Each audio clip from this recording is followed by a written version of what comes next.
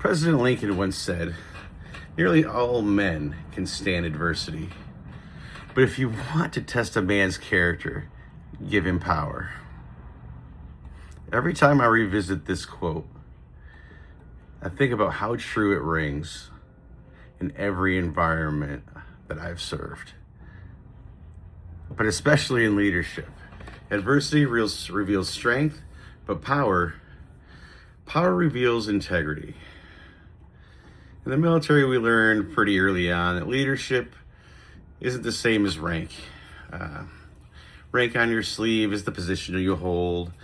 Sure, you have responsibility, and who you're responsible for is what the rank really says, right? But character tells people how you handle that responsibility. And there are things such as positional authority, but we'll stay on task here. I've seen some people rise to authority and treat it like a privilege, like they're owed it. And I've seen others treat it like the duty that it is. You know, the stellar amount of responsibility to your fellow human being. It's a love like no other. And sometimes it hurts, but the reality is that that's what leadership it is. It truly is a love.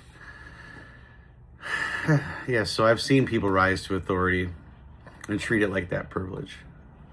But I've also seen plenty of people treat it like the duty that it is.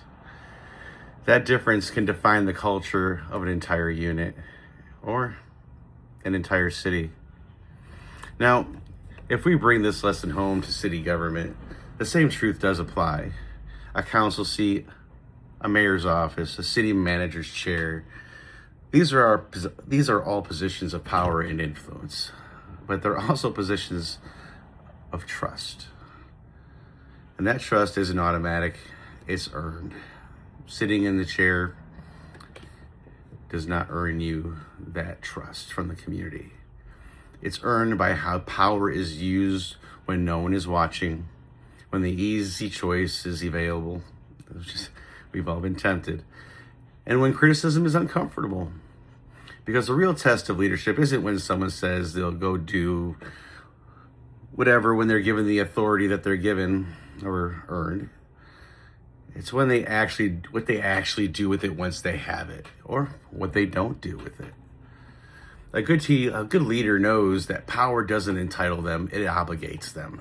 It obligates them to transparency, to accountability, to restraint when emotions run high, and to courage when the right thing isn't popular. That's the kind of character Lincoln was talking about. Because power magnifies what already exists inside a person. The good, the bad, and the hidden. And for those of us who have led teams, trained others, or served under pressure, we know character under power is the difference between authority that inspires and authority that erodes trust. It erodes the team.